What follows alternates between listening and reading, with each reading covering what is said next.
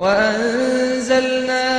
إليك الكتاب بالحق مصدقا لما بين يديه من الكتاب ومهيمنا عليه فاحكم بينهم بما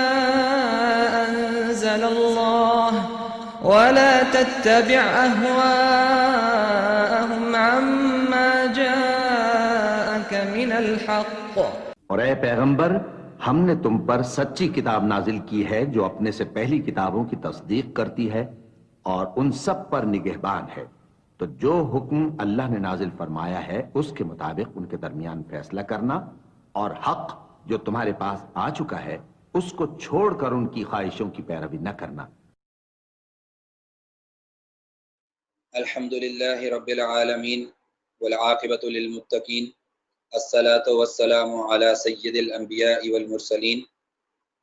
اما بعد فاعوذ باللہ من الشیطان الرجیم، بسم اللہ الرحمن الرحیم، وعد اللہ الذین آمنوا منکم وعملوا الصالحات ليستخلفنهم في الأرض كما استخلف الذين من قبلهم وليمكنن لهم دينهم الذي ارتضى لهم وَلَيُبَدِّلَنَّهُم مِّن بَعْدِ خَوْفِهِمْ أَمْنًا۔ صدق اللہ العظیم۔ آپ سب لوگوں کو آج کی اس ٹاک میں خوش آمدید۔ آج ہم انشاءاللہ ایپیسوڈ نمبر 3، قسط نمبر 3 جو ہے وہ شروع کریں گے۔ پہلی اور دوسری قسط کے اندر ہم نے یہ دیکھا کہ کیسے مدینہ کی ریاست نے اپنی بنیادیں قائم کی اور اس کے بعد انٹرنل اور ایکسٹرنل سیکیورٹی کو انشور کیا اور مختلف قبائل کے ساتھ معاہدے کیے اور مختلف قبائل کو پریمپٹیو سٹرائک کر کے نیوٹرلائز کیا۔ سو آج ہم انشاءاللہ اگلی طرف چلتے ہیں۔ جو آخری ہم نے غزوہ دیکھا تھا وہ غزوہ حمراء الاسد کا تھا، جو کہ غزوہ احد کے بالکل اگلے دن کیا گیا، لیکن اس میں لڑائی نہیں ہوئی، بغیر لڑائی کے واپس آ گئے مسلمان۔ انشاءاللہ آج ہم شروع کریں گے۔ اس کے بعد اللہ کے نبی صلی اللہ علیہ وآلہ وسلم کو یہ خبر پہنچی کہ بنو اسد اور بنو خزیمہ کے لوگ نجد میں اکٹھے ہو رہے ہیں، اور طلحہ الاسدی ان کی قیادت کر رہا ہے اور وہ مذموم مقاصد رکھتے ہیں مدینہ کی ریاست کے خلاف۔ اللہ کے نبی صلی اللہ علیہ وآلہ وسلم نے جیسے کہ وہ پچھلے سرایا میں کرتے آ رہے تھے، انہوں نے پیشگی حملہ کر دیا، یعنی پریمپٹیو سٹرائک کر دی۔ 150 صحابہ کرام رضی اللہ تعالی عنہم کی جماعت پر قیادت کے طور پر ابو سلمہ رضی اللہ تعالی عنہ کو مقرر کیا۔ حالانکہ ابو سلمہ جنگ احد میں زخمی تھے، لیکن اس کے باوجود انہوں نے قیادت کی، انہوں نے یہ سرایہ لیڈ کیا اور نجد کے مقام پر پہنچ گئے۔ جب یہ وہاں پر پہنچے تو وہاں پر اس قبیلے کے ساتھ کچھ جو بھی معاملہ یا لڑائی پیش آئی، بہرحال مال غنیمت حاصل ہوا۔ قبیلہ جو ہے وہ اس نے سرنڈر کر دیا، اس نے چھوڑ دیا مسلمانوں کے خلاف اپنے ارادے کو، لیکن ابو سلمہ رضی اللہ تعالی عنہ کا جو زخم تھا وہ تازہ ہو گیا، شدید ہو گیا، اور اس زخم کی وجہ سے وہ شہید ہو گئے۔ بہرحال یہاں پر جو اصل بات ہے وہ یہ ہے کہ ریاست نے اس بات کا انتظار نہیں کیا کہ ابھی وہ لوگ شاید ارادہ کر رہے ہیں، تیاری کر رہے ہیں، ہم پر حملہ کریں گے تو دیکھا جائے گا۔ نہیں، جب معلوم ہو گیا، جب جاسوسوں نے یہ خبر پہنچا دی کہ فلاں علاقے میں ایسے لوگ موجود ہیں جو مسلمان ریاست کے خلاف کارروائی کرنا چاہتے ہیں یا مسلمانوں پر حملہ کرنا چاہتے ہیں، تو اللہ کے نبی صلی اللہ علیہ وآلہ وسلم نے تقریباً ہر دفعہ پریمپٹیو سٹرائک کی، پیشگی حملہ کر دیا اور وہاں پر جا کر دشمن کو ان کے گھر کے اندر نیوٹرلائز کیا۔ اور ہم آگے بھی دیکھیں گے انشاءاللہ جب یہ آگے کی طرف چیزیں چلیں گی۔ اسی طرح کچھ ہی عرصے کے بعد عبداللہ ابن انیس رضی اللہ تعالی عنہ کی قیادت میں ایک سرایہ بھیجا۔ یہ محرم 4 ہجری کا واقعہ ہے۔ خالد بن سفیان الحدلیل یہ بنو لحان کا سردار تھا، اور یہ لوگوں کو مطلب مجبوراً بھی اور کچھ کو پیسے دے کر بھی اکٹھا کر رہا تھا کہ ہم مسلمانوں پر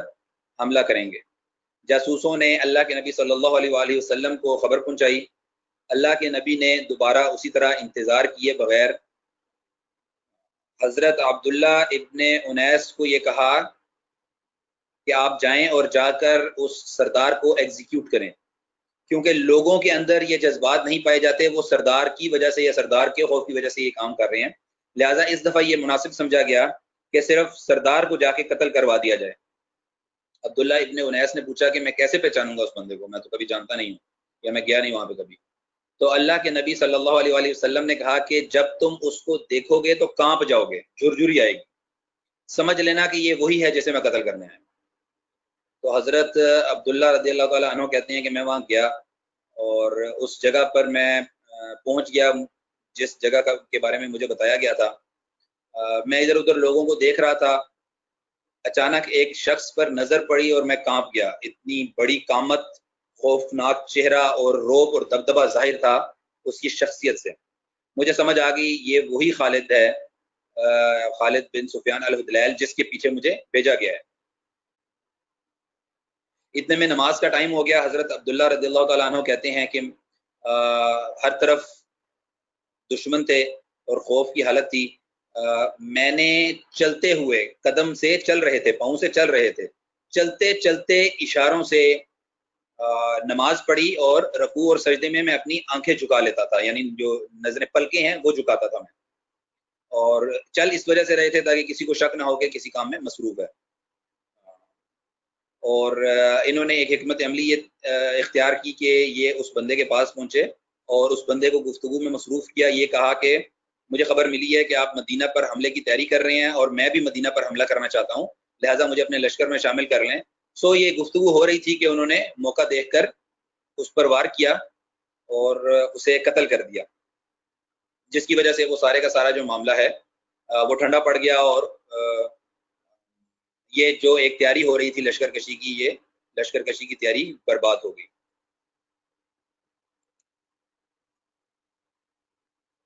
اس کے بعد ایک واقعہ ہوا، اس کو واقعہ الراجی کے نام سے یاد کیا جاتا ہے۔ اللہ کے نبی صلی اللہ علیہ وآلہ وسلم نے حضرت عاصم بن ثابت رضی اللہ تعالی عنہ کی قیادت میں 10 صحابہ کرام کو ایک جگہ تبلیغ کرنے کے لیے بھیجا۔ ابھی یہ راستے میں تھے کہ بنو لحان کے لوگوں نے گھیر لیا، 100 کے قریب تیر انداز اور کچھ گھوڑ سوار اور مختلف لوگ تھے۔ انہوں نے صحابہ کرام کو یہ کہا کہ ہم آپ کو کچھ نہیں کہیں گے اگر آپ اپنے ہتھیار ڈال دیں اور پرامن طریقے سے سرنڈر کر دیں۔ یہ ان لوگوں کا اصل مقصد اپنے لیڈر کا بدلہ لینا تھا، کیونکہ یہ وہی بنو لحان ہے جن کے لیڈر کو ابھی کچھ ہی عرصے پہلے عبداللہ ابن انیس رضی اللہ تعالیٰ عنہ نے قتل کیا تھا۔ یہ مسلمانوں سے بدلہ لینا چاہ رہے تھے۔ حضرت عاصم بن ثابت رضی اللہ تعالیٰ عنہ نے کہا میں کبھی کسی کفار کے وعدے پہ بھروسہ نہیں کرتا، کسی کافر کے وعدے پہ بھروسہ نہیں کرتا، اور نہ اپنے آپ کو اس کی امان میں دوں گا، لہٰذا میں لڑائی کے لیے تیار ہوں۔ 7 صحابہ کرام نے لڑائی کی اور شہید کر دیے گئے۔ 3 جو ہیں انہوں نے گرفتاری دی، اس میں سے بھی ایک جب گرفتاری دے چکے تو ان کے بعد ان کو خیال آیا میں مزاحمت کروں، انہوں نے مزاحمت کی کوشش کی، ان کو بھی شہید کر دیا گیا۔ باقی جو 2 تھے ان کو قریش مکہ کو بیچ کے پیسے لے لیے، چونکہ غزوہ بدر اور غزوہ احد میں ان 2 صحابی نے قریش کے کسی نہ کسی گھر میں کسی کو قتل کیا ہوا تھا، لہٰذا قریش نے اچھی خاصی اماؤنٹ پے کی اور ان دونوں کو اپنے پاس لے گئے، اور بالآخر ان دونوں کو بھی قریش مکہ نے سولی پہ چڑھا کے شہید کر دیا۔ ابو سفیان نے یہ پوچھا کہ کیا تم یہ خیال کرتے ہو کہ ابھی تم اپنے گھروں میں ہوتے اور محمد صلی اللہ علیہ وآلہ وسلم یہاں ہوتے؟ انہوں نے جواب دیا نہیں، ہم یہ بالکل گوارہ نہیں کریں گے کہ ہم گھروں میں بیٹھیں اور اللہ کے نبی کو کانٹا بھی چبھ جائے۔ جس پر ابو سفیان نے کہا کہ یہ ایسی قوم ہے جو اپنے سردار سے پیار کرتی ہے، اور اتنا پیار کرتی ہے جب کسی قوم نے کبھی اپنے سردار سے اتنا پیار یا اتنی محبت نہیں کی ہوگی، لہٰذا وہ 10 کے 10 شہید ہو گئے۔ اس واقعے پہ منافقین نے ایک چھیڑخانی شروع کی کہ وہ مشن ناکام ہو گیا، نہ وہ اپنے منزل تک پہنچ سکے اور نہ وہ زندہ واپس آ سکے، لہذا وہ مشن ناکام ہو گیا، جس پر اللہ تعالیٰ نے سورہ بقرہ کے اندر آیات نازل کی کہ لوگوں میں سے ایسے ہیں جنہوں نے اپنی جان اور اپنے مال اللہ کو بیچ دیے ہیں تاکہ اللہ کی رضا یعنی اللہ کی مرضی خرید سکیں. سو اللہ ان سے راضی ہے، لہذا وہ ناکام نہیں ہے، وہ جنت میں اپنے اعلیٰ مقام پر پہنچ چکے ہیں. اس کے کچھ ہی عرصے کے بعد واقع بئر معونہ ہو گیا. اس میں بھی ایک مسلمانوں کو سیٹ بیک پہنچا. ایک سردار، ایک قبیلے کا سردار اللہ کے نبی صلی اللہ علیہ وآلہ وسلم کے پاس آیا. یہ بنو عامر کا قبیلہ ہے اور سردار کا نام ابو برا ہے. اس نے آ کر کہا کہ میں اپنی قوم میں مسلمان ہوں اور اپنی قوم میں مسلمان اور لوگوں کو تبلیغ کرنا چاہتا ہوں، آپ میرے ساتھ کچھ معلمین بھیج دیں. اللہ کے نبی صلی اللہ علیہ وآلہ وسلم نے 70 بندوں کو جو قاری تھے قرآن کے، ان کو کہا کہ آپ ان کے ساتھ چلے جائیں. اس بات کے بعد کہ جب ابو برا نے امان کی گارنٹی دی، وعدہ کیا کہ ان کو کچھ بھی نہیں ہوگا. یہ بھی 4 ہجری کا واقعہ ہے، سفر 4 ہجری، یعنی بالکل اوپر نیچے 2 مہینے کے اندر اندر یہ سارے واقعات ہو رہے ہیں. جب ابو برا ان لوگوں کو لے کر اپنے قبیلے پہنچا تو وہاں پر جو اس کا بھتیجا تھا عمر بن طفیل، وہ بہت زیادہ بغض میں تھا مسلمانوں کے خلاف، اور جو ہی اس کو پتہ لگا تو اس نے لوگوں کو اکٹھا کیا اور اپنے قبیلے والوں کو اکسایا کہ ہم ابھی کے ابھی ان کا گھیراؤ کریں گے اور ان کو قتل کریں گے. مسلمان نہتے تھے اور وہ کسی جنگ کے ارادے سے نہیں آئے ہوئے تھے، وہ تو قرآن اور سنت کی تبلیغ کے حوالے سے آئے ہوئے تھے. لہٰذا جب عمر بن طفیل نے ان کو گھیر لیا، سو ایک ایک کر کے مارنا شروع کر دیا. اس میں ایک واقعہ ہے کہ حضرت حرام بن سلحان رضی اللہ تعالی عنہ یہ بات کر رہے تھے عمر بن طفیل سے اور کہہ رہے تھے کہ ایسا نہ کرو. تو عمر بن طفیل نے اشارہ کیا اور پیچھے کھڑے ایک بندے نے وار کر کے، پیچھے سے نیزے کا وار کر کے ان کو شہید کر دیا. اس پورے واقعے کے اندر حضرت عامر بن امیہ الدمری رضی اللہ تعالی عنہ کو چھوڑ دیا گیا. اس کی بنیادی وجہ یہ تھی کہ عمر بن طفیل کی ماں جو تھی، اس نے کسی زمانے میں یہ نظر مانی تھی کہ میں جب بھی مجھے موقع ملے گا میں قبیلہ دمر کا ایک غلام آزاد کروں گی، اور کوئی مراد مانی ہوئی تھی جو کہ پوری ہو گئی تھی. تو اب ان کے اوپر یہ ضروری تھا کہ وہ اس نظر کو پورا کریں. تو عمر بن طفیل نے اپنی ماں کی طرف سے اس نظر کو پورا کرنے کے لیے قبیلہ دمر کا ایک قیدی آزاد کرنا تھا. تو جب ان کو پتہ لگا کہ عامر بن امیہ دمر قبیلے سے ہیں، تو انہوں نے کہا کہ میں اپنی ماں کی نظر پوری کرتا ہوں اور میں عامر بن امیہ الدمری کو چھوڑ دیتا ہوں. یہ 2 واقعات اوپر نیچے ہو گئے اور یہ مسلمانوں کے لیے دونوں ہی سیٹ بیک تھے. ایک جگہ پہ 10 صحابہ کرام شہید ہوئے اور دوسرے واقعے میں 70 کے قریب صحابہ کرام شہید ہوئے. اور جیسے کہ منافقین اور یہودی اپنی روایت کے مطابق ہر واقعے کے اوپر کچھ نہ کچھ بات کرتے تھے کہ دیکھیں اپنے بندوں کو مروا دیا. اللہ کے نبی صلی اللہ علیہ وآلہ وسلم اس واقعے پہ اتنے غصے میں آئے کہ انہوں نے صلاۃ الفجر میں، فجر کی نماز میں دعائے قنوت پڑھنی شروع کر دی. 1 ماہ تک لعنت کی اس قبیلے کے اوپر جنہوں نے صحابہ کرام کو دھوکے سے شہید کیا تھا.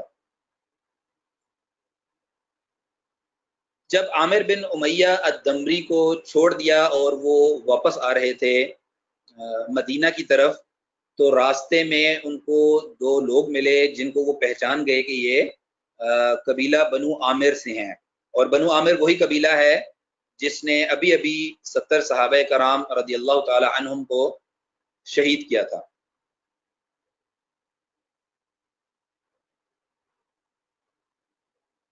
الدمری رضی اللہ تعالی عنہ، عامر بن امیہ الدمری رضی اللہ تعالی عنہ نے بدلہ لینے کا سوچا اور انتظار کیا. جب وہ 2 لوگ سو گئے تو حضرت عامر بن امیہ نے جا کر ان کو قتل کر دیا. جب یہ بات پتہ لگی اور حضرت عامر جو ہے وہ مدینے پہنچ گئے، سو بات جو کھلی وہ یہ تھی کہ یہ جو 2 شخص تھے یہ اپنے قبیلے والوں کے ساتھی اس طرح نہیں تھے، حالانکہ اس قبیلے سے ہی تھے، لیکن انہوں نے اللہ کے نبی صلی اللہ علیہ وآلہ وسلم کے ساتھ معاہدہ کیا ہوا تھا کہ ہم آپ کے خلاف کچھ نہیں کریں گے اور آپ ہمارے خلاف کچھ نہیں کریں گے.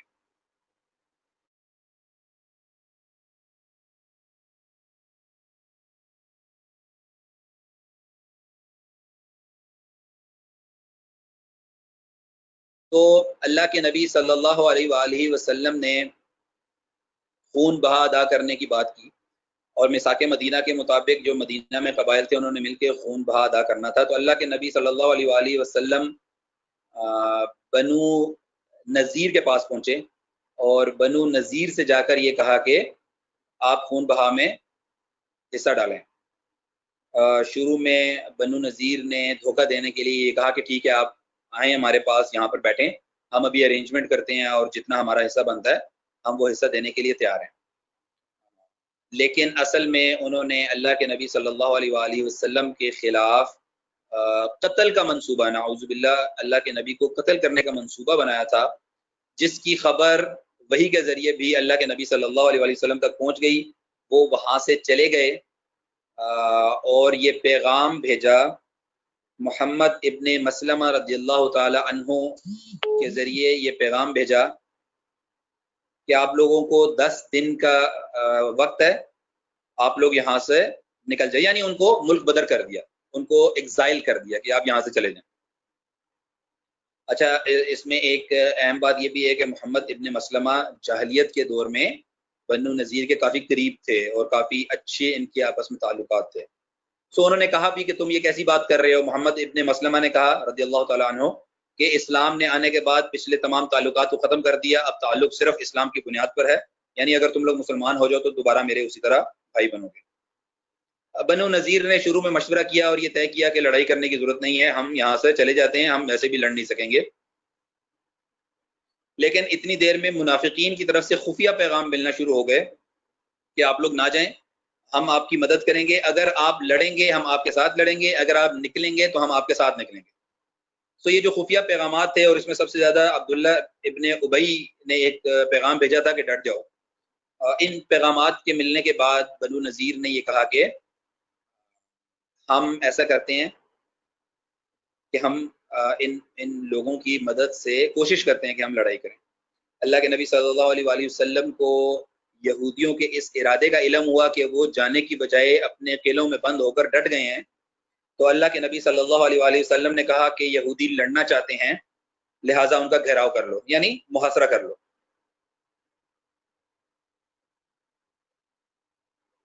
یہ لوگ ان کی کھیت کافی زیادہ تھے, ان کے پاس دولت بہت زیادہ تھی, اور اصل میں ان لوگوں کے پاس ایک سیزن پورا گزارنے کا سامان موجود تھا, جس کی وجہ سے بھی وہ لوگ کانفیڈنٹ تھے کہ ہم سروائیو کر لیں گے. اللہ کے نبی صلی اللہ علیہ وآلہ وسلم نے جب گھیراؤ محاصرہ تھوڑا لمبا ہوا تو اللہ کے نبی صلی اللہ علیہ وسلم نے یہ حکم جاری کیا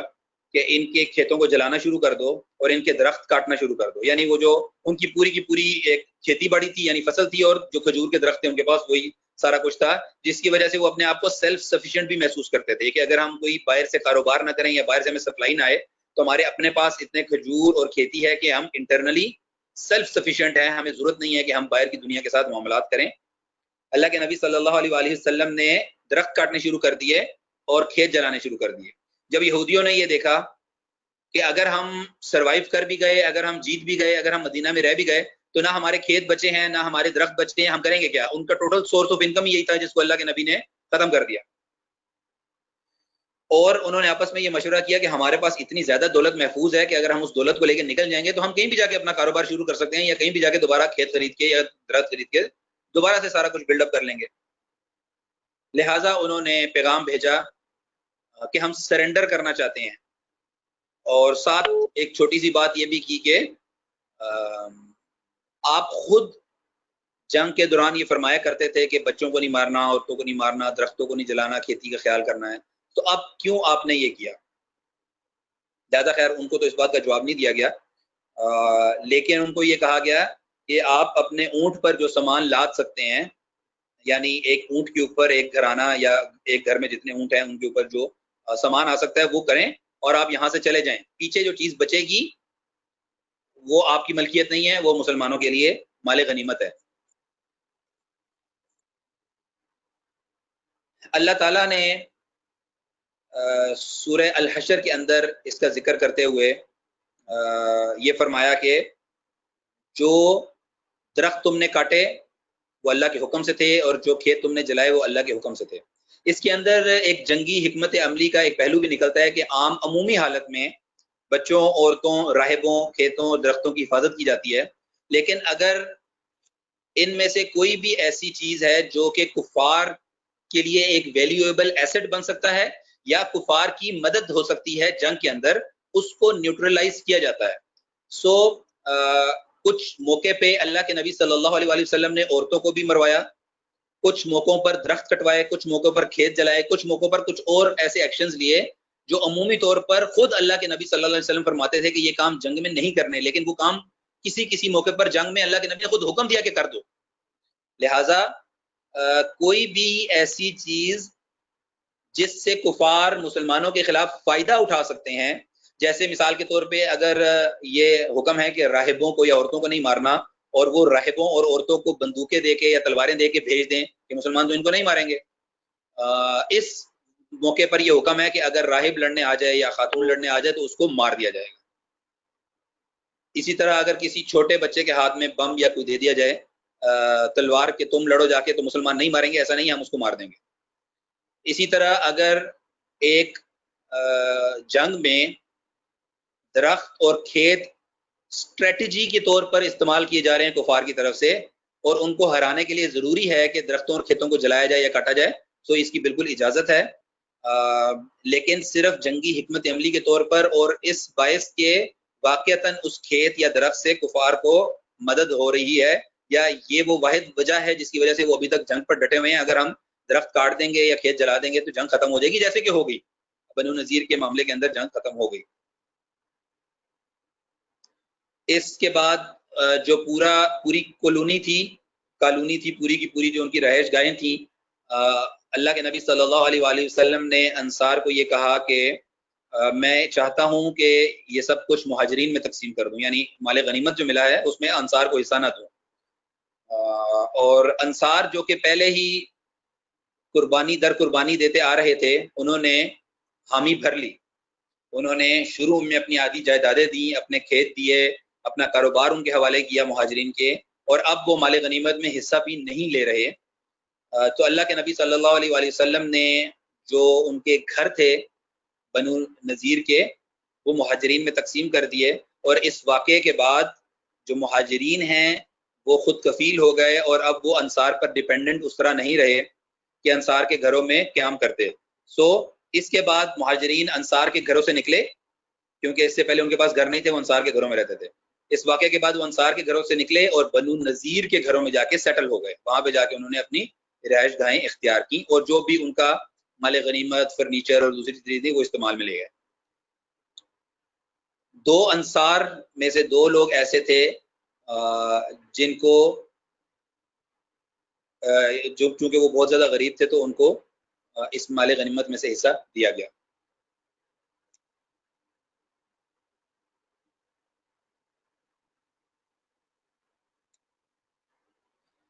اس کے بعد جمادی الاول 4 ہجری میں ہی غزوہ ذات الرقا واقعہ پیش آیا. اللہ کے نبی صلی اللہ علیہ وآلہ وسلم کو جاسوسوں نے یہ خبر دی کہ بنو غطفان، قبیلہ غطفان جو ہے وہ ذات الرقا میں اکٹھے ہو رہے ہیں اور وہ مسلمانوں کے خلاف لڑنا چاہتے ہیں. اللہ کے نبی صلی اللہ علیہ وآلہ وسلم نے اپنی پالیسی کے مطابق پریمپٹیو اٹیک کر دیا اور پیشگی حملہ کرنے کے لیے 400 مسلمانوں کے ساتھ خود نکل گئے. جب قبیلہ غطفان کو یہ پتہ لگا کہ مسلمان خود حملہ کرنے کے لیے پہنچ گئے ہیں بجائے اس کے کہ ہم حملہ کرتے جا کے، تو وہاں سے بھاگ گئے اور پہاڑوں میں چڑھ گئے. اللہ کے نبی صلی اللہ علیہ وآلہ وسلم صحابہ کرام کے ساتھ وہاں پر پہنچے، وہاں پر رہائش اختیار کی، لیکن یہ خوف تھا، یہ فکر تھی کہ ہم نماز پڑھیں گے تو ہمیں غافل دیکھ کر پہاڑوں سے نیچے اتر آئیں گے غطفان والے اور ہم پر حملہ کریں گے. لہٰذا یہاں پر صلاۃ الخوف، خوف کی جو نماز ہے جو باری باری مسلمان پڑھتے ہیں جماعت کے ساتھ، وہ ادا کی گئی. وہاں پر قیام کیا گیا، اس بات کو انشور کیا گیا کہ ہمارا روب، ہماری دھاک بیٹھ جائے اور جو بنو غطفان ہیں وہ مکمل طور پر اپنا ارادہ ترک کر دیں. اور پھر کچھ عرصے کے بعد اللہ کے نبی صلی اللہ علیہ وآلہ وسلم جو ہیں وہ وہاں سے واپس مدینہ شریف تشریف لے آئے. اس کے بعد تیسرا بدر کا جو مارکہ ہے وہ پیش آیا. پہلے بدر الاولی کا ایک واقعہ ہے، پھر بدر الکبریٰ جو کہ جنگ بدر، مشہور جنگ بدر جس کو کہا جاتا ہے، اور تیسرا بدر الاخیرہ، یہ آخری ہے جو بدر میں جنگ طے ہوئی تھی، اور بدر اس کو بدر الموعد یعنی جو کہ مقرر شدہ طے شدہ بات تھی کہ اس سال ہم نے ملنا ہے۔ غزوہ احد کے اختتام پہ قریش مکہ نے یہ کہا کہ بدر تمہاری ہوا اور احد ہمارا ہوا، اب ہم فائنل فیصلے کے لیے اگلے سال بدر میں پھر ملیں گے۔ سو غزوہ احد کے بعد جو پیچھے ہم نے کچھ ایونٹس پڑھے ایک سال میں ہوئے، جب سال ختم ہوا اور اس وعدے کا وقت آ گیا جو قریش نے خود کہا تھا کہ اگلے سال ہم ملیں گے، تو قریش بھی تیار ہو کر نکلے اور مسلمان بھی تیار ہو کر نکلے۔ قریش نے تقریباً 2000 کا لشکر تیار کیا اور ابو سفیان کی قیادت میں وہ مکہ سے نکلے،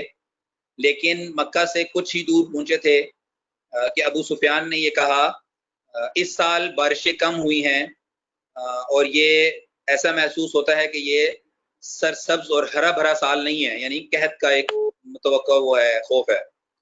لہٰذا اس سال ہمیں راستے میں پانی بھی نہیں ملے گا اور ہمارے جانور بھی پیٹ بھر کے کھانا نہیں کھائیں گے، اور ہمارے پیچھے جو کاروبار ہے اس کا بھی خیال کون رکھے گا۔ لہٰذا جنگ جو ہوتی ہے وہ اس سال میں کی جاتی ہے جب ہریالی ہو، جب پانی وافر مقدار میں موجود ہو اور ریسورسز ہوں۔ سو ہم یہ کرتے ہیں کہ ہم واپس چلے جاتے ہیں اور پھر کبھی اس کو دیکھیں گے، اور وہ خود واپس جانے لگا تو باقی بھی اس کے پیچھے واپس چلے گئے۔ مسلمانوں نے مقررہ وقت اور مقررہ جگہ پر پہنچ کر قیام کیا اور وہاں پر جو مختلف قبائل تھے ان سے معاہدے کیے۔ ایک جو قبیلہ ہے بنو دمرہ، الدمر نامی جو قبیلہ ہے، اس کے ساتھ بھی معاہدہ تھا۔ اس طرح ایک پولیٹیکل ایٹماسفیئر قائم کیا گیا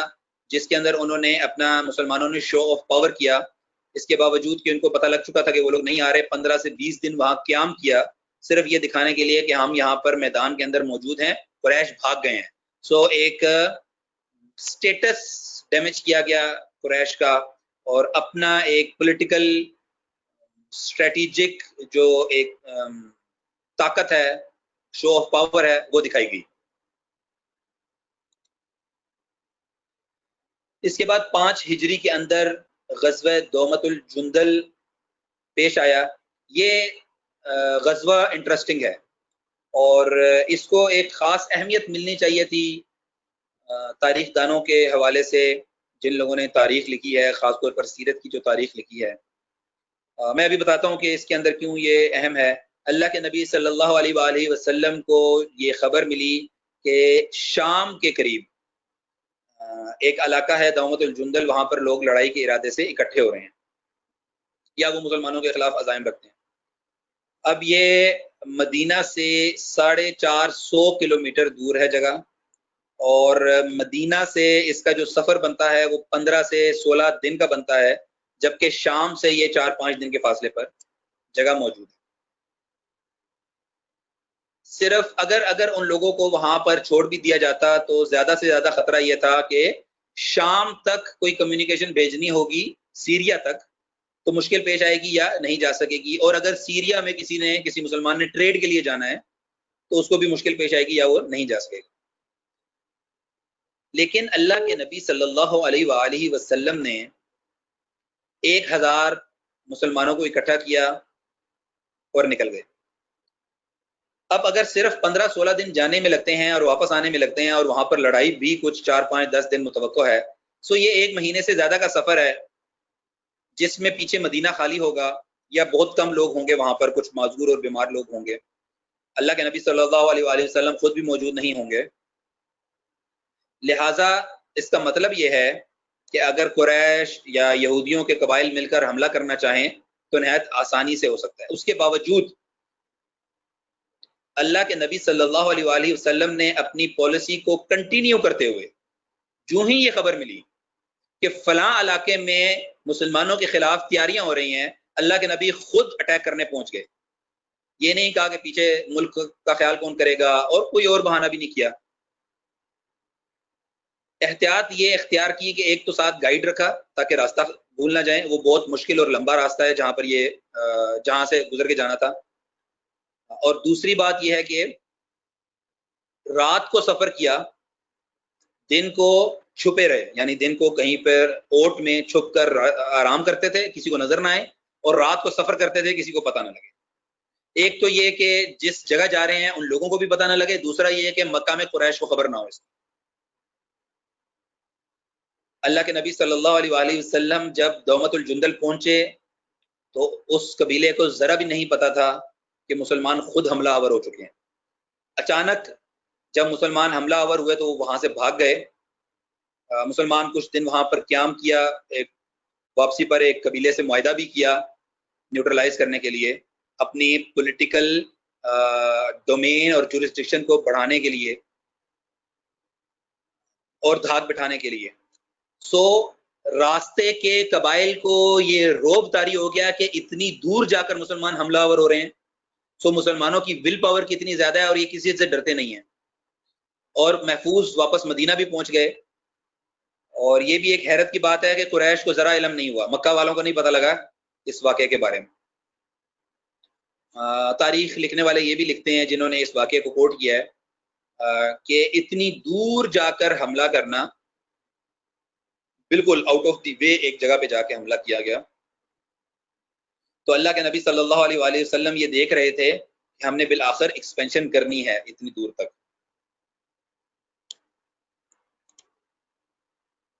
اس کے بعد شعبان 5 ہجری میں غزوہ بنو مستلق، اس کو غزوہ المریسی بھی کہا جاتا ہے، اللہ کے نبی صلی اللہ علیہ وآلہ وسلم کو خبر ملی کہ بنو مستلق اپنے لوگوں کو تیار کر رہے ہیں تاکہ وہ مسلمانوں پر حملہ کریں۔ حسب روایت اللہ کے نبی صلی اللہ علیہ وآلہ وسلم نے مسلمانوں کو اکٹھا کیا، 700 مسلمانوں کا لشکر تیار کیا، خود شریک ہوئے، قیادت کی، اور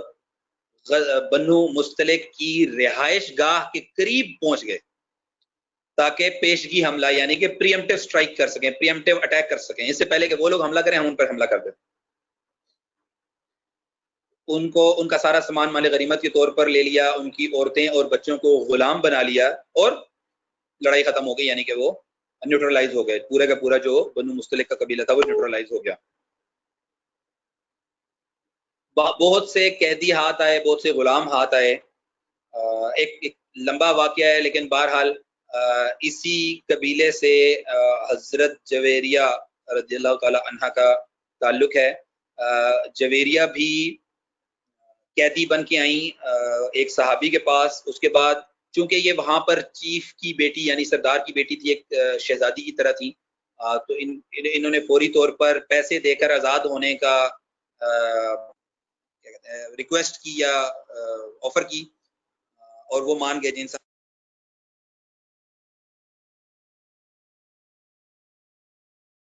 تو اللہ کے نبی صلی اللہ علیہ وآلہ وسلم نے آفر کی کہ میں آپ سے شادی کرتا ہوں، انہوں نے قبول کر لیا۔ جب شادی ہوئی تو صحابہ کرام نے اس قبیلے کے تمام لوگوں کو آزاد کر دیا کہ یہ اب اللہ کے نبی کے رشتہ دار ہیں۔ واپسی پر مریسے نامی جگہ پر ایک کنواں تھا، وہاں پر ایک مہاجرین میں سے ایک شخص جو ہے وہ پانی بھر رہا تھا، کسی بھی وجہ سے ایک انصاری کے ساتھ لڑائی جھگڑا ہو گیا، یعنی پانی بھرنے پر، پہلے نکالنے پر یا بعد میں نکالنے پر، وہ اس طرح کا تھا۔ تو وہاں پر ایک ہلکا سا جھگڑا ہو گیا، اور اس مہاجر نے پکارا مہاجرین میری مدد کرو، اور انصار نے پکارا انصاریوں میری مدد کرو۔ تو یہ سارے وہاں پر پہنچ گئے۔ اس پورے واقعے میں یہ عبداللہ بن ابی بھی شامل تھا۔ اللہ کے نبی صلی اللہ علیہ وآلہ وسلم کو خبر ہوئی، وہ فوراً پہنچے، اور پہنچ کر انہوں نے یہ کہا کہ میں یہ دور جہالیت کے نعرے کیوں سن رہا ہوں، یعنی کہ یہ حرام چیز ہے، اور بہت سخت غصہ کیا۔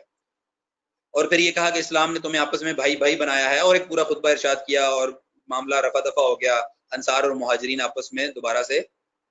دوست بن گئے۔ لیکن عبداللہ بن ابی نے یہ الفاظ کہہ دیے کہ تم لوگوں نے مہاجرین کو، یعنی وہ انصار سے مخاطب تھا، تم لوگوں نے ان کو اپنے گھروں میں جگہ دی اور پیسے دیے، اور اب وہ ہمارے ہی خلاف باتیں کرتے ہیں۔ اگر ہم ان کو جگہ نہ دیں اور ہم ان کو پیسے نہ دیں تو یہ لوگ چند دنوں میں بکھر جائیں گے، یعنی روزگار کی تلاش میں اور پیسے کی تلاش میں اور رہائش کی تلاش میں، بھوک کی وجہ سے یہ بکھر جائیں گے، یعنی یہ یہاں رہ نہیں سکتے۔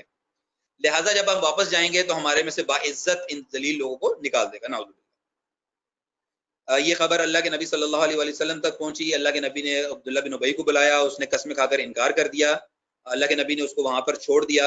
لیکن وحی کے ذریعے اللہ کے نبی کو بتا دیا گیا کہ ایسا ہی واقعہ ہے، اس نے یہ بات کہی ہے۔ سورہ المنافقون کے اندر پوری تفصیل آ گئی۔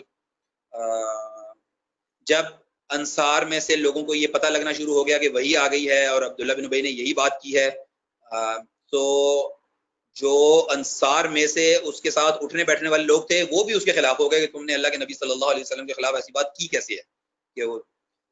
اللہ کے نبی صلی اللہ علیہ وآلہ وسلم نے اسید بن خدیر ایک روایت میں اور ایک جگہ آتا ہے کہ انہوں نے سعد بن عبادہ سے ذکر کیا، یہ دونوں انصاری ہیں، انصار کے لیڈرز میں سے ہیں، ان سے ذکر کیا کہ تمہارا ایک بندہ اس طرح کی بات کرتا ہے۔ تو سعد بن خدیر نے کہا خدا کی قسم آپ باعزت ہیں اور وہ ذلیل ہے، آپ چاہیں تو اس کو نکال دیں مدینہ سے، ہم آپ کی مدد کریں گے۔ لیکن اللہ کے نبی نے کہا نہیں ابھی نہیں۔ حضرت عمر رضی اللہ تعالیٰ عنہ نے کہا مجھے حکم دے میں قتل کر دوں، اللہ کے نبی نے کہا نہیں ابھی نہیں کرنا اس کو۔ عبداللہ ابن ابی کے بیٹے عبداللہ بن عبداللہ ابن ابی، یعنی عبداللہ ابن ابی کے بیٹے کا نام بھی عبداللہ تھا، وہ نہایت اچھے اور اللہ سے راضی صحابی تھے، نہایت پکے اور سچے۔ وہ اللہ کے نبی صلی اللہ علیہ وآلہ وسلم کی بارگاہ میں حاضر ہوئے اور ان کو کہا کہ آپ مجھے حکم دیں میں خود اپنے باپ کو مار دوں، لیکن اللہ کے نبی نے کہا نہیں ہم قتل کا ارادہ نہیں رکھتے، لوگ کہیں گے محمد اپنے لوگوں کو قتل کرواتا ہے۔ اور پھر جب واپس پہنچے تو عبداللہ ابن ابی یعنی کہ حضرت عبداللہ رضی اللہ تعالیٰ عنہ نے تلوار نکال لی اور اپنے باپ یعنی عبداللہ ابن ابی کو کہا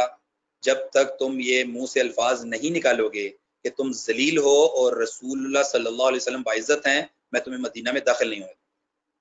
عبداللہ ابن ابی چیخا کہ لوگوں دیکھو میرا بیٹا کیا کر رہا ہے، لیکن تب تک وہ بدنام ہو چکا تھا لوگوں کے اندر، سو لوگوں نے مدد نہیں کی اور بالآخر اس نے اللہ کے نبی کو پیغام بھیجا کہ یہ کیا کر رہا ہے میرے ساتھ۔ اللہ کے نبی نے منع کر دیا حضرت عبداللہ رضی اللہ تعالیٰ عنہ کو کہ چھوڑ دیں اپنے باپ کو چھوڑ دو، جس کی وجہ سے پھر چھوڑ دیا گیا اور وہ مدینہ میں داخل ہو سکے۔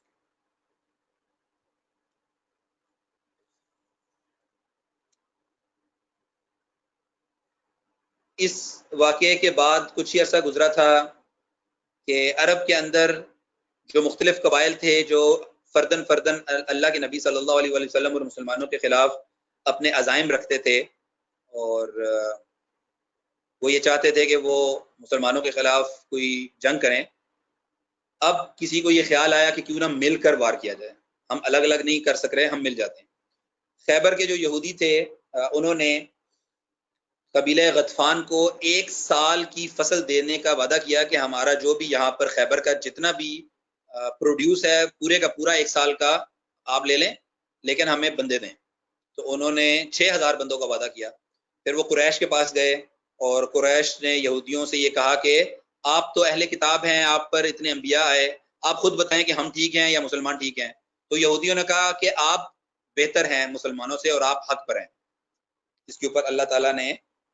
ان کو تنبیہ کرنے کے لیے قرآن میں آیتیں بھی اتاری کہ یہ تم کس طرح کی بات کرتے ہو۔ بہرحال قریش بھی راضی ہو گئے اس بات پر کہ غطفان کے لوگ بھی شامل ہیں، 4000 کے قریب جو قریش ہیں انہوں نے اپنے بندے بھی اس کے اندر شامل کر لیے۔ اللہ کے نبی صلی اللہ علیہ وآلہ وسلم نے مدینہ کے اندر شورا بلائی اور اس کو ٹیکل کرنے کا طریقہ حکمت عملی طے کرنے کے لیے مسلمانوں سے مشورہ کیا۔ مسلمانوں نے مختلف مشورے دیے، بالآخر حضرت سلمان فارسی رضی اللہ تعالیٰ عنہ نے کہا کہ فارس میں جب ہم اس طرح ہوتا تھا کہ بہت زیادہ لوگ ہمارے خلاف آتے تھے تو ہم خندقیں کھود کے بیٹھ جاتے تھے تاکہ وہ ہم تک پہنچ ہی نہ سکے۔ خندق کو پار کرنے کا طریقہ نہیں، اتنی گہری اور اتنی کھلی خندق ہے۔ اللہ کے نبی صلی اللہ علیہ وسلم کو پسند آیا، اللہ کے نبی نے خود حصہ لیا اور مسلمانوں کو کہا کہ خندق کھودیں۔ بہرحال ایک پورا واقعہ ہے، فوج جو ہے وہ سر پر آ کر کھڑی ہو گئی۔ اتنے میں اللہ کے نبی صلی اللہ علیہ وسلم کو یہ خبر پہنچی کہ بنو قریظہ جو کہ آخری قبیلہ رہ گیا تھا مدینہ کے اندر یہودیوں کا، 3 میں سے آخری تھا یہ، انہوں نے دشمنوں سے ہاتھ ملانے کا ارادہ کیا ہوا ہے اور وہ ان کو مدد فراہم کرنا چاہتے ہیں۔ اللہ کے نبی صلی اللہ علیہ وآلہ وسلم نے 2-3 مختلف بندوں کو بھیجا، زبیر بن العوام رضی اللہ تعالیٰ عنہ کو بھیجا کہ خبر پکی لے کر آئیں، انہوں نے بھی آ کر یہی بات کی، سعد بن معاذ کو بھیجا، سعد بن عبادہ کو بھیجا، سب نے آ کر یہی بتایا کہ بات صحیح ہے، وہ لوگ غداری کا سوچ چکے ہیں۔ اللہ کے نبی صلی اللہ علیہ وآلہ وسلم نے پاور شو کرنے کے لیے، شو آف پاور کے لیے 200 سے 300 200 کا علیحدہ گروپ اور 300 کا علیحدہ گروپ، یہ 2 گروپ بنائے اور بنو قریظہ کے رہائش گاؤں کے باہر مارچ کرنے کا کہا، فوجی پریڈ کرنے کا کہا اور اسلحہ شو کرنے کا کہا کہ ہم تیار ہیں لڑائی کے لیے، ہم ڈرتے نہیں ہیں۔ اور اسی اسنا میں 20 اونٹ پکڑ لیے جو کہ سپلائی لے کر جا رہے تھے باہر جو لوگ تھے ان کے لیے، تاکہ ان کو یہ بتا سکیں کہ دیکھیں ہم آپ کو سپلائی دیتے ہیں اور ہم آپ کی مدد کرنے کے لیے تیار ہیں۔ پھر ایک لمبا واقعہ ہے، یہ پورے غزوہ احزاب کے اندر کافی واقعات آتے ہیں، تفصیل میں اس وقت جانا ممکن نہیں ہے۔ صحابہ کرام کے اوپر ایک وقت آیا کہ ان کے کلیجے گلوں تک آ گئے، اتنا سخت وقت تھا، ریاست قائم ہے، ریاست نے بہت سے مارکے لڑے ہوئے ہیں، لیکن یہ ایک ایسا واقعہ تھا جب واقعی پورا عرب چڑھ آیا تھا اور یہ محسوس ہونا شروع ہو گیا کہ اب ہم حفاظت نہیں کر سکیں گے، اور اللہ تعالیٰ نے اس کو سورہ احزاب کے اندر نقشہ کھینچا ہے کہ جب تمہارے دل، تمہارے کلیجے تمہارے گلے کو آ گئے اور تم گمان کرنے لگے۔ کچھ لوگوں نے یہ کہا کہ ہم سے فارس اور روم کے وعدے تھے، یہاں تو ہم باہر بیت الخلاء نہیں جا سکتے، منافقین میں سے کچھ لوگوں نے کہا، لیکن مومنین میں سے کچھ لوگوں، خوف ایک انسانی جذبہ ہے، لیکن ان کا جو کہنا تھا وہ یہ تھا کہ ہم اپنے ایمان میں اضافہ پاتے ہیں، یہ وہی چیز ہے جس کا وعدہ اللہ اور اس کے رسول صلی اللہ علیہ وآلہ وسلم نے ہم سے کیا ہے، کیونکہ وہ اس آیت کو پڑھتے تھے کہ تم ضرور بالضرور ہم تمہیں آزمائیں گے، خوف سے، جان کے جانے سے، مال کے جانے سے، پھلوں کے کمی سے، تو وہ ان چیزوں کو جانتے تھے کہ یہ آزمائشیں ہیں اللہ تعالیٰ کی طرف سے۔ ابھی اللہ کے رسول صلی اللہ علیہ وآلہ وسلم اور صحابہ کرام بیٹھ کے سوچ رہے تھے کہ اس کا کیسے مقابلہ کیا جائے۔ اللہ کے نبی صلی اللہ علیہ وآلہ وسلم نے یہ سوچا کہ کیوں نہ غطفان کے قبیلے کو علیحدہ کر دیا جائے، سو ایک پوری کی پوری 6000 کی نفری ختم ہو جائے گی اور باقی ہم دیکھ لیں گے کیسے ہینڈل کرنا ہے، ہم نے پہلے بھی کیا ہوا۔ تو اللہ کے نبی صلی اللہ علیہ وآلہ وسلم نے حضرت سعد بن معاذ اور سعد بن عبادہ یا عبادہ ابن سامت، یہ بالکل بڑے سردار تھے انصار کے، ان کو بلایا، مہاجرین کو نہیں بلایا اس شورا کے اندر، انصار کے سرداروں کو بلایا اور ان سے یہ کہا کہ میں قبیلہ غطفان کو 1/3 مدینہ کی جو پروڈیوس ہے کھیتوں کی وہ دینے کی آفر کرنے لگا ہوں تاکہ وہ لوگ ہٹ جائیں۔ اس کے پیچھے وجہ یہ تھی کہ قبیلہ غطفان صرف پیسوں کی وجہ سے، یعنی وہ کرائے کے قاتل تھے، وہ پیسوں کی وجہ سے آئے ہوئے تھے، تو خیبر کی پوری پروڈیوس جو ہے وہ انہوں نے آفر کی ہوئی تھی، اللہ کے نبی کہتے ہیں کہ ہم اتنی یا اس سے زیادہ کی پروڈیوس مدینہ سے ان کو آفر کر دیتے ہیں، وہ چلے جائیں گے واپس۔ اچھا، اس طرح کی کوئی آفر اللہ کے نبی صلی اللہ علیہ وآلہ وسلم نے بنو قریظہ کو یا قریش کو نہیں کی، کیونکہ قریش اور بنو قریظہ عقیدے کی وجہ سے، دین کی وجہ سے لڑائی لڑ رہے تھے، جبکہ بنو غطفان صرف پیسے کی، دولت کی وجہ سے آئے ہوئے تھے، اس نے پیسے دے دیے تو اس کی طرف ہو گئے، اس نے پیسے دے دیے تو اس کی طرف ہو گئے۔ حالانکہ بنو قریظہ کے ساتھ کبھی اللہ کے نبی نے نہیں سوچا کہ ہم ان کو یہ وعدہ کر لیں کہ ہم آپ کو پیسے دیتے ہیں، آپ نہ مدد کریں قریش، صرف غطفان کے بارے میں یہ سوچا گیا کیونکہ وہ صرف پیسے کی وجہ سے آئے تھے، ان کا دین مذہب سے کوئی تعلق اس طرح نہیں تھا کہ ہم مسلمان کو مسلمان ہونے کی وجہ سے مار، جبکہ قریش جو ہے وہ مسلمانوں کو صرف اس وجہ سے بدل لینا چاہتے تھے کہ یہ ہمارے بتوں کو نہیں مانتے یا یہ ایک اللہ کو مانتا ہے، یہ مسلمان ہے، سو مسلمان کو مسلمان ہونے کی وجہ سے نشانہ بنایا جا رہا تھا قریش کی طرف سے اور بنو قریظہ کی طرف سے، عقیدے کا اور دین کا مسئلہ تھا ان کے نزدیک، جبکہ بنو غطفان کے نزدیک نہ عقیدے کا مسئلہ تھا، نہ دین کا مسئلہ تھا، پیسے کا مسئلہ تھا۔ سعد بن معاذ نے اور باقی سرداروں نے یہ کہا کہ اے اللہ کے نبی صلی اللہ علیہ وآلہ وسلم، اگر تو یہ اللہ کا حکم ہے تو ہم سر تسلیم خم کیے دیتے ہیں۔ اچھا، انصار کو اس وجہ سے بلایا ہوا تھا کہ اصل میں تو سارے کھیت انصار کے تھے، مدینہ میں انصار مقیم تھے، وہاں کے رہائشی انصار تھے، اور جتنے کاروبار اور کھیت وہ ان کے تھے، مسلمانوں کے پاس کھیت اس طرح نہیں تھے، مہاجرین کے پاس، سو مہاجرین سے مشورے کی ضرورت نہیں تھی، اگر تو پروڈیوس جائے گی تو وہ انصار کی طرف سے جائے گی۔ تو انصار نے کہا اگر تو یہ اللہ کا حکم ہے ہم سر تسلیم خم کیے دیتے ہیں، لیکن اگر آپ حفاظت کے نظریے سے ایک حکمت عملی اختیار کرنا چاہتے ہیں کہ کہ دشمن کو توڑ دیا جائے اور چھوٹے گروہ یعنی 4000 سے لڑائی لڑ لی جائے، تو ہم آپ سے یہ کہتے ہیں کہ ہم لڑنے کے لیے تیار ہیں۔ کبھی جاہلیت میں کسی کی یہ ہمت نہیں تھی کہ وہ ہم سے ہماری فصل کا حصہ لے کر جائے یا ہمارے اوپر غالب آ جائے۔ اب تو ہم مسلمان ہیں، اب ہم ایک اللہ پر یقین رکھتے ہیں، اللہ ہماری پشت پناہی کر رہا ہے، اللہ ہماری مدد پہ کھڑا ہے، اب تو کسی کی مجال نہیں کہ وہ مدینے سے ایک کھجور بھی اٹھا کر لے جائے اور ہم اس کو چھوڑ دیں اور لے جانے دیں۔ اللہ کے نبی صلی اللہ علیہ وآلہ وسلم نے کہا کہ ہاں میں حکمت عملی کے طور پر اور درار ڈالنے کے لیے کر رہا تھا، اگر تم لوگ مناسب سمجھتے ہو کہ نہیں ہم لڑ سکتے ہیں تو ہم لڑیں گے۔ یہ پورے واقعات چل رہے تھے کہ اللہ کی طرف سے ایک شخص جو قبیلے غطفان کا ہی تھا، ان کا نام نعیم، حضرت نعیم رضی اللہ تعالیٰ عنہ، وہ اللہ کے نبی صلی اللہ علیہ وسلم کے پاس حاضر ہوئے اور انہوں نے کہا کہ میں مسلمان ہونا چاہتا ہوں اور کسی کو پتہ نہیں ہے کہ میں آپ کے پاس مسلمان ہونے آیا۔ آپ ذرا سوچیں کہ کیسے لمحے پر انہوں نے حق اختیار کر لیا، جب صاف سامنے نظر آ رہا ہے کہ مسلمان ابھی گئے اور ابھی گئے، 10,000 کا لشکر مدینہ کے اطراف پہ کھڑا ہے، اندر سے قبیلہ بنو قریظہ غداری کر چکا ہے، مسلمان بیچ میں سینڈوچ تقریباً بن چکے ہیں، مسلمانوں کے پاس کوئی سپلائی لائن نہیں ہے کہ باہر سے چیز اندر آئے گی یا اندر سے کچھ باہر جائے گا، صرف یہ ایک حملے، ایک زوردار حملے کی ضرورت باقی ہے۔ اس موقع پر جو ظاہری طور پر جیتنے ہی والی ہے سائیڈ، وہاں سے ایک بندہ نکل کر اس سائیڈ میں جا کے ہاتھ ملا رہا ہے جو ہارنے ہی والی ہے، لیکن وہ مسلمان ہو گیا، اس لمحے پر بھی وہ مسلمان ہو گیا۔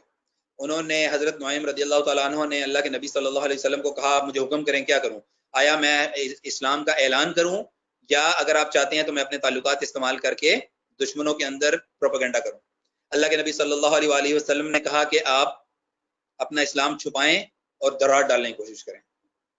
جو بھی آپ چال سوچ سکتے ہیں۔ حضرت نعیم رضی اللہ تعالی عنہ نے، ان کے تعلقات یہودیوں کے ساتھ بھی بہت اچھے تھے، قبیلہ غطفان کے تعلقات اچھے تھے یہودیوں کے ساتھ، تو یہ بنو قریظہ گئے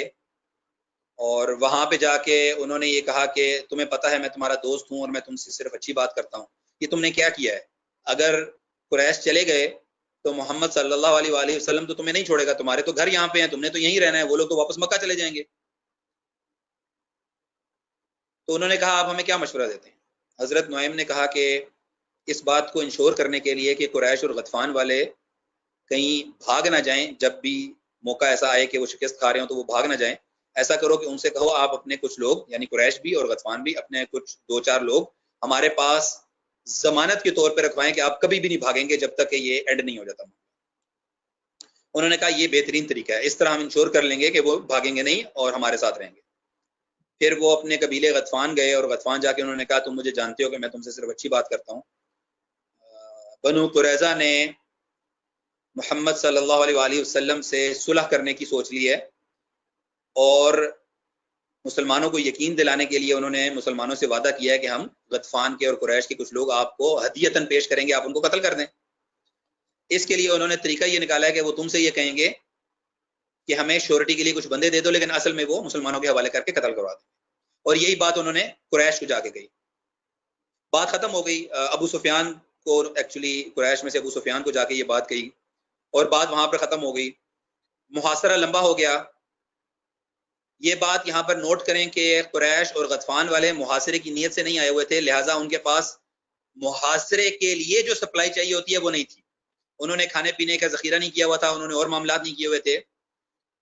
کیونکہ ان کا خیال تھا کہ ہم جائیں گے اور حملہ کریں گے اور لڑائی شروع ہو جائے گی۔ ابھی تو لڑائی شروع نہیں ہو رہی تھی، اتنے دن 10-15-20 دن گزر گئے، لڑائی شروع نہیں ہو رہی، سو لوگ بیٹھے ہوئے ہیں، کھانا پینا چل رہا ہے، کھانا کھانا ہے۔ اتنا لمبا عرصے کا محاصرے کا ان کے ذہن میں نہیں تھا، بلکہ جب وہ مدینہ پہنچے تو ان کو حیرت ہوئی کہ یہ خندق کیسے کھودی ہوئی ہے یہاں پہ، ان کو تو پتہ بھی نہیں تھا کہ خندقیں کھودی ہوئی ہیں۔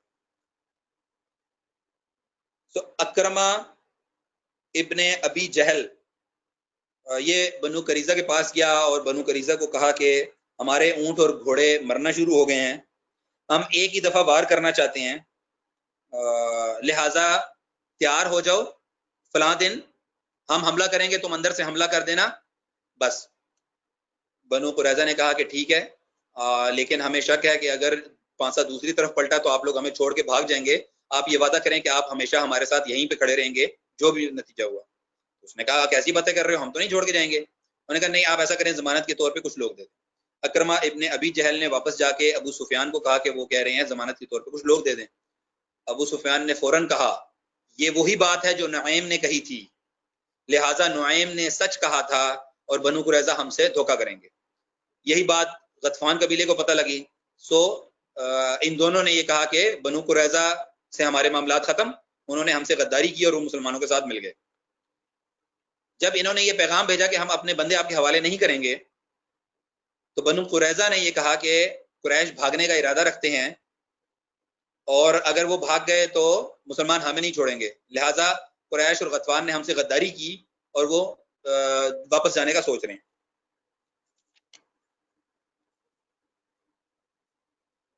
ابھی ایک مصیبت تھی کہ کھانے پینے کا ارینجمنٹ کہاں سے ہو.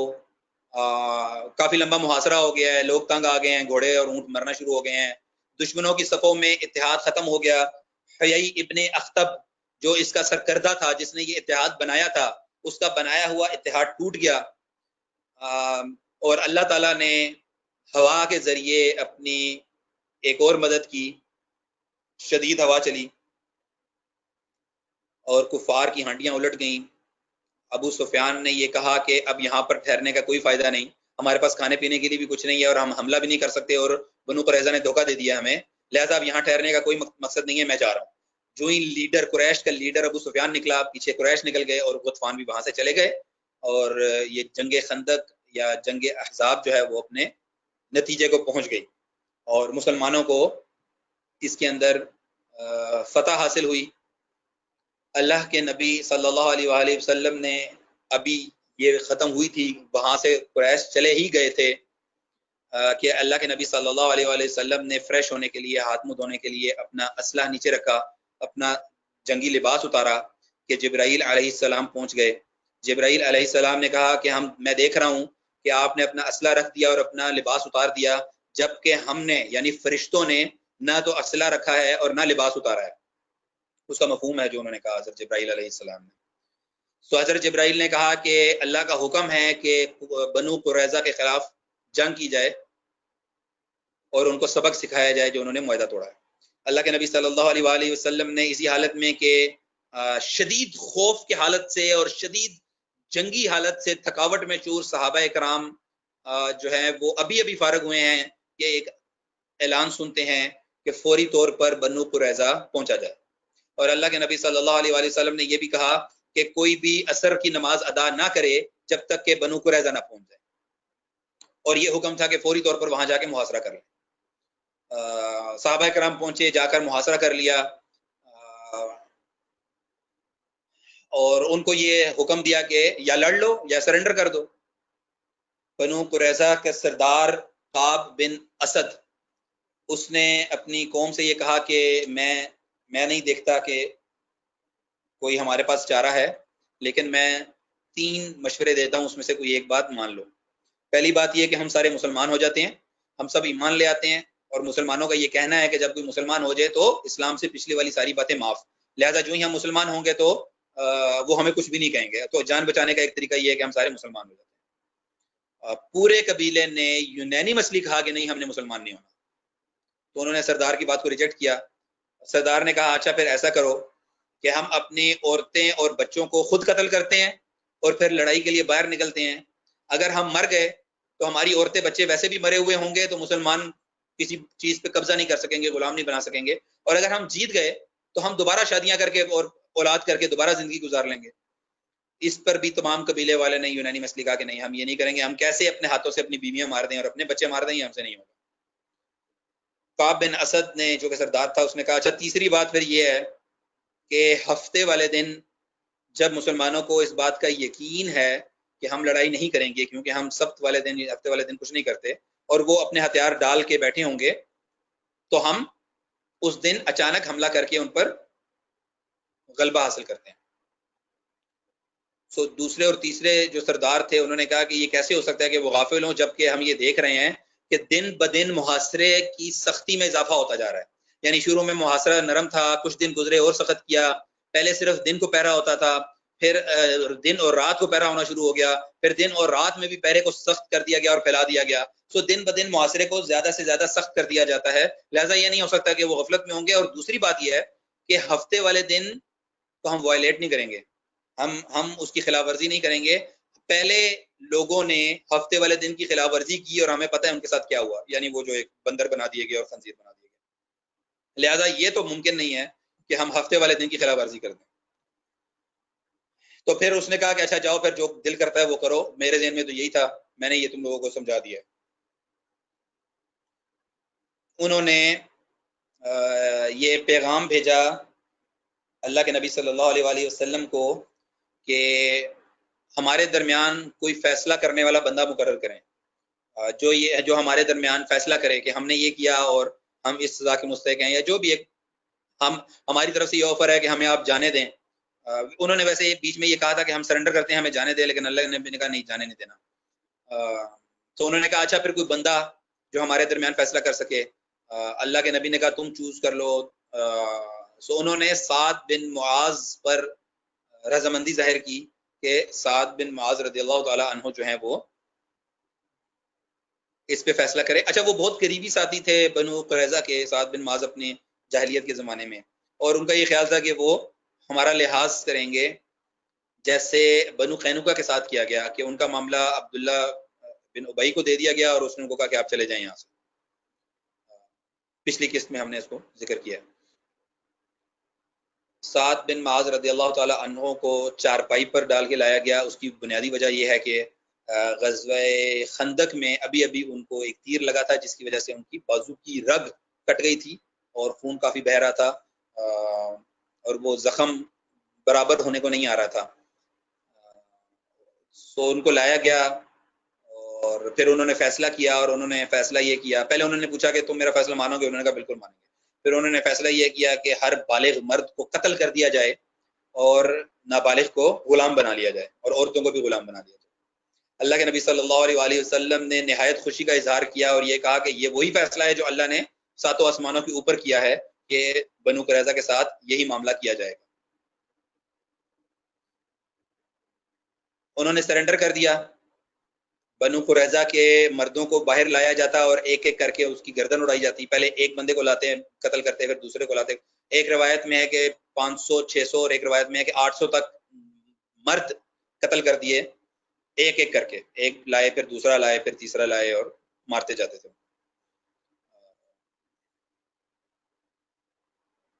اور عورتوں اور بچوں کو غلام بنا لیا اور ان کے جو بھی مال غنیمت حاصل ہوا، ان کی پراپرٹیز وغیرہ وہ مسلمانوں میں تقسیم ہو گئی. یہ معاملہ یہاں تک ہے کہ اب تیسرا قبیلہ یہودیوں کا وہ بھی ختم ہو گیا اور مسلمانوں کو ایک تمکن مل گیا زمین کے اندر اور وہ ایک سیٹلڈ پوزیشن کے اندر آ گئے. اللہ کے یہ 5ویں ہجری کا واقعہ ہے اور اللہ کے نبی صلی اللہ علیہ وآلہ وسلم نے یہ کہا، یہ قریش کے بارے میں انہوں نے کہا کیونکہ غزوہ احزاب کے بعد، غزوہ خندق کے بعد ان کی طاقت بالکل ٹوٹ گئی اور اس کے بعد وہ کبھی دوبارہ ہمت نہیں کر سکے کسی بھی جگہ پر کہ وہ مسلمانوں کے خلاف آئیں. یعنی یہ آخری دفعہ تھا کہ وہ مسلمانوں کے سامنے آئے تھے لڑائی میں. اس کے بعد وہ مسلمانوں کے سامنے نہیں آئے. لیکن جب یہ تمام معاملہ ختم ہو گیا، تینوں قبائل چلے گئے یہودیوں کے، ختم ہو گئے اور غزوہ احزاب بھی ہو گیا اور قریش کو شکست ہو گئی، تو اللہ کے نبی صلی اللہ علیہ وسلم سکون میں آئے، مسلمانوں کو تمکن عطا ہو گیا. اللہ کے نبی نے کہا الان نغزهم ولا یغزنا، اب ہم ان پر حملہ کریں گے، اب وہ کبھی بھی ہم پر حملہ نہیں کر سکیں گے. یعنی آج تک ہم ڈیفینسو وارفیئر لڑتے رہے، آج تک پہل انہوں نے کی، حملے کا ارادہ انہوں نے کیا اور ہم نے اس ارادے کا جواب دیا. بے شک جا کر دیا لیکن ارادہ پہلے انہوں نے ظاہر کیا. اب ہم ارادہ کریں گے کہ ہم ان کے اوپر چڑھائی کریں گے اور اب وہ کبھی بھی ارادہ نہیں کر سکیں گے ہمارے خلاف چڑھائی کرنے کا. اس کے ساتھ انشاءاللہ میں آج کی جو ہماری سیشن ہے ٹاک کا اس کو میں ختم کرتا ہوں اور اگلی دفعہ ہم باقی جو فتح مکہ تک اور وہ آگے تک جو باقی واقعات ہیں اس کو انشاءاللہ ہم سٹڈی کریں گے اس دعا کے ساتھ کہ انشاءاللہ اللہ تعالیٰ دوبارہ مسلمانوں کو وہ اسلامی ریاست عطا کرے جس کو اللہ تعالیٰ زمین میں تمکن عطا کریں، سیٹلمنٹ عطا کریں، اور خوف کے بعد امن